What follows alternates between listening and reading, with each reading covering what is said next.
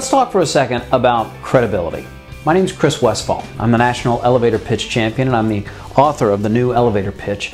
And I'd like to talk with you about something that has come up in some of the coaching sessions that I've been doing, and I wanted to share it with you because I think it might make a difference for you in the way that you tell your story.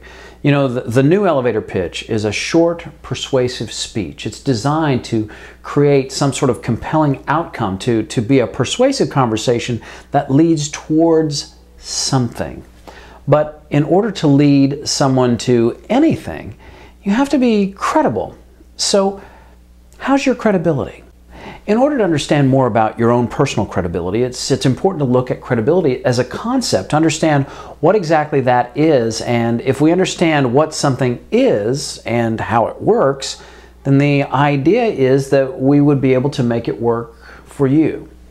Credibility really is about beliefs. And typically when we talk about credibility, when we're talking to someone or we're talking about our own credibility, we're talking about someone else believing in us.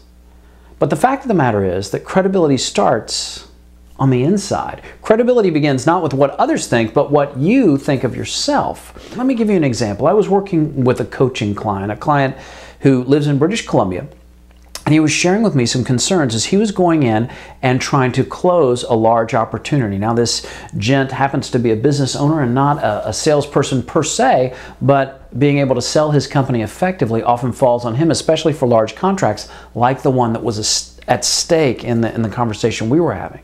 And he shared with me that he just didn't feel like he was being believed, that the client didn't find him credible. And as a result, his approach was based on those beliefs, not the lack of beliefs on the client's part, but the beliefs in his head, what he believed was going on. So when he thought that the client didn't see the value, he immediately took a defensive posture.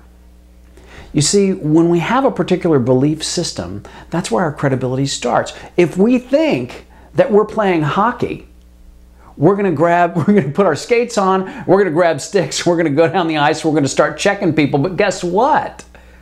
If you're playing tennis and you try to check somebody, you're making a mistake. Now look, I'm not trying to mix my metaphors here. The point that I'm trying to make is that the belief system that we have lets us know how the game is played. And if you believe that the client doesn't see your value, you're going to take a defensive posture. If you believe that your client isn't getting what you have to say, you're going to operate from that belief system. And that, my friends, can really impact your credibility. So how do we change that? Well, let's talk about reality. Not beliefs that we've cooked up inside of our heads, but reality. What's really going on with the client, with the person right in front of you? And there's a simple way to find out. And I'll give you this advanced sales tactic right now. It's called ask a question.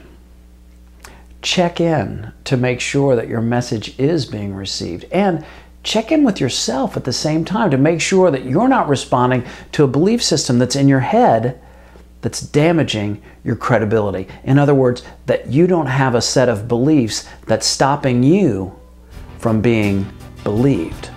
That's the secret to creativity. And if you're interested to learn more about how to change your thinking and how to create a story that can change your results, I'll be happy to talk with you further. You can find out more information here on the website, and I look forward to hearing from you and continuing the conversation about credibility whenever you're ready. My name is Chris Westfall. Thanks so much for watching.